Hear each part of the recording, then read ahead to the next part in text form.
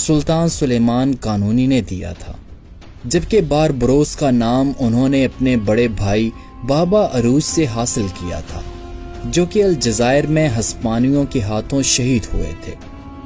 سلطان سلیمان کے ابتدائی عہد میں شمالی افریقہ کے مسلمان فرمانروا اس قدر کمزور تھے کہ وہ ساحلی علاقوں کے علاوہ اپنی مملکت کے جنوبی حصوں پر اپنی حکومت قائم نہیں رکھ سکتے تھے، اور خود ساحل کے شہر بھی بحری قزاقوں کی عام گزرگاہ بن چکے تھے، جن میں سے بعض ان فرمانرواؤں کی اطاعت برائے نام تسلیم کرتے تھے، لیکن اکثر بطور خود بحیرے روم میں لوٹ مار مچاتے رہتے تھے۔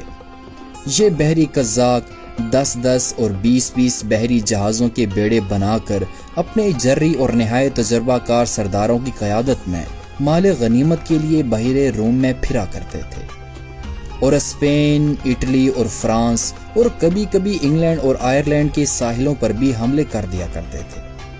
سلطان سلیم نے بحری قوت پر خاص توجہ دی تھی، اور جہازوں کی تعداد اور سائز میں بھی بہت کچھ اضافہ کیا تھا۔ سلطان سلیمان نے بھی اس کا خصوصی خیال رکھا اور بحری قوت کو پہلے سے زیادہ ترقی دی، لیکن اس کے بحری سردار بے خوفی اور مہارت فن میں بحری قزاقوں کے ہم پلہ نہ تھے۔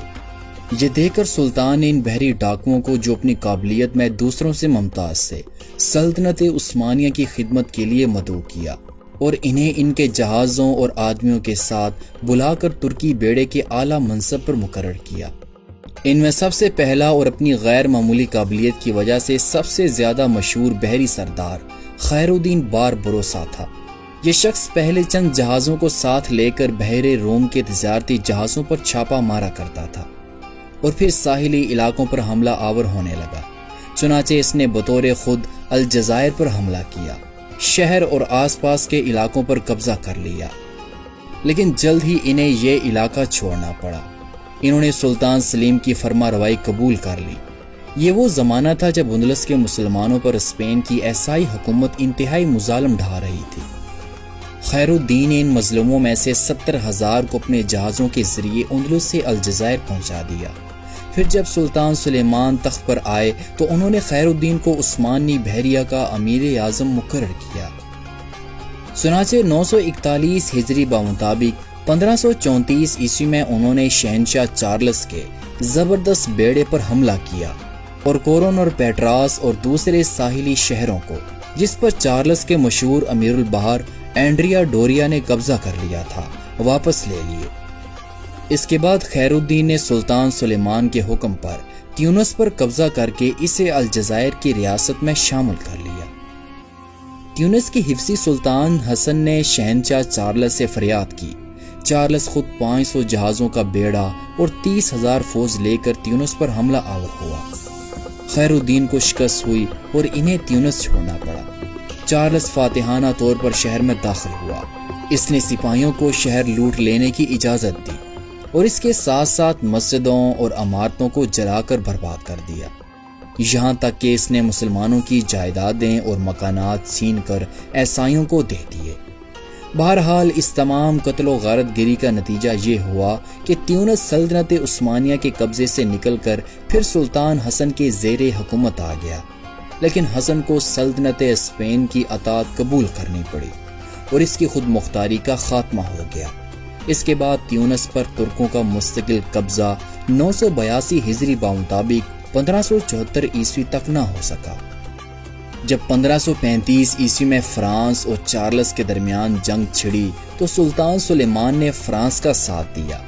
بحیرے روم میں خیر الدین پاشا کا اقتدار اب تک بدستور قائم تھا، اور جب فرانس کی درخواست پر جمہوریہ وینس کے خلاف سلطان سلیمان نے جنگ کا اعلان کیا تو خیر الدین باربروسا نے سلطان کے حکم پر جزیرے کافور پر حملہ کر کے اس کا محاصرہ کر لیا، لیکن اہل وینس نے جاں بازی کے ساتھ ان کا مقابلہ کیا اور سلیمان کو محاصرہ اٹھا لینا پڑا۔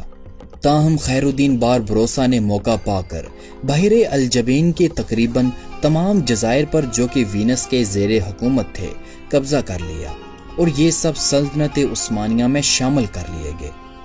945 ہجری بمطابق 1537 عیسوی میں یورپ اور فریڈینینڈ شاہ ہنگری نے چارلس اور جمہوریہ وینس سے مل کر ترکوں کے خلاف ایک اتحاد مقدس قائم کیا اور ستمبر 1538 عیسوی میں اتحادیوں کا ایک زبردست بیڑا جو اپنے جہازوں کی تعداد اور قوت کے لحاظ سے عثمانی بیڑے سے کہیں بڑا تھا، شہنشاہ چارلس کے مشہور امیر البحر اینڈریا ڈوریا کی سرکردگی میں عثمانی بیڑے سے مقابل ہوا۔